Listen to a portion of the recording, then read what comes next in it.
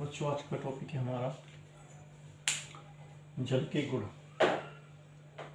कल जो हमने वीडियो डाली थी वो थी जल का महत्व क्या है, और आज का टॉपिक है हमारा जल के गुण क्या हैं।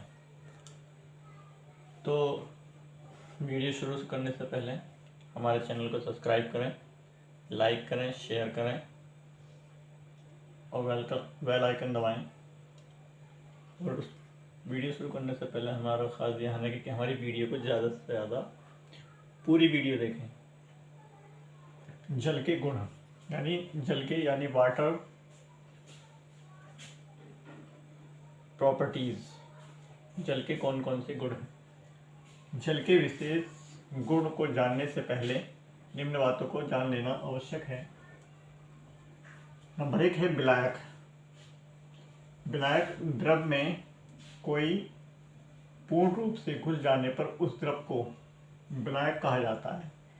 यानी विलायक का मतलब है कि अगर हम कोई भी चीज़ अगर जल में डालें तो वो पूरी तरीके से घुल जाए, उसमें मिल जाए, तो उसी को हम क्या कहते हैं? विलायक कहते हैं। जैसे उदाहरण के तौर से हम जल में चीनी घुल जाती है, अगर जल में हम चीनी को डालें तो क्या हो जाता है? वो घुल जाती है। तो जल चीनी का विलायक है। Point number 2 विलेय। ये तो हो गया विलायक, यानी जल में चीनी का घुल जाना क्या कहलाता है? विलायक कहलाता है। Point number 2 विलेय। जो पदार्थ किसी द्रव में घुल जाता है, जो पदार्थ किसी द्रव में घुल जाता है वह पदार्थ विलेय कहलाता है। समझ में आ रही होगी बात आपके? यानी ये कह रहे हैं जो पदार्थ किसी द्रव में, द्रव क्या हुआ? जल, यानी जल घुल जाता, यानी किस जल में कोई पदार्थ घुल जाता है वह क्या कहलाता है? विलेय कहलाता है। उदाहरण के तौर से जैसे चीनी जल में घुल जाती है, अतः चीनी जल के लिए विलायक है। पॉइंट नंबर 3 है हमारा विलयन। आपने विलायक भी जान लिया, विलेय भी जान लिया, और अभी विलयन। विलयन किसे कहते हैं? जब पदार्थ किसी द्रव में घुल जाता है, यानी अगर हम किसी द्रव में पदार्थ डालते हैं कोई तो वो घुल जाता है, तो उस घोल को विलयन कहते हैं। यानी मान लीजिए चीनी का और पानी का हम शरबत करें, एक प्रकार से चीनी को जल में डालें और उसको मिला लें ठीक प्रकार से, तो वो क्या हो जाएगा? शरबत हो जाएगा, यानी पूरी तरीके से घुल जाना क्या कहलाता है? चीनी और जल का घोल विलयन कहलाएगा।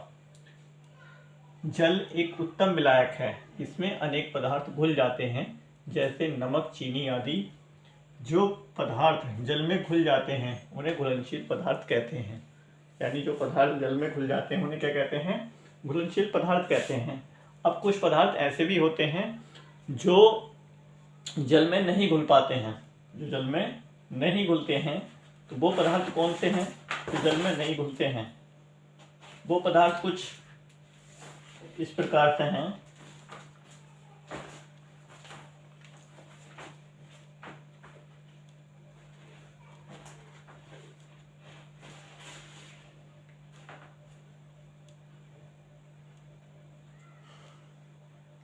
बहुत से पदार्थ पानी में नहीं घुलते हैं, जैसे बालू, पत्थर, कंकड़ आदि पदार्थ जल में नहीं घुलते हैं, उन्हें क्या कहेंगे? अघुलनशील कहेंगे। यानी जो जल में नहीं घुलते हैं वे पदार्थ क्या कहलाएंगे?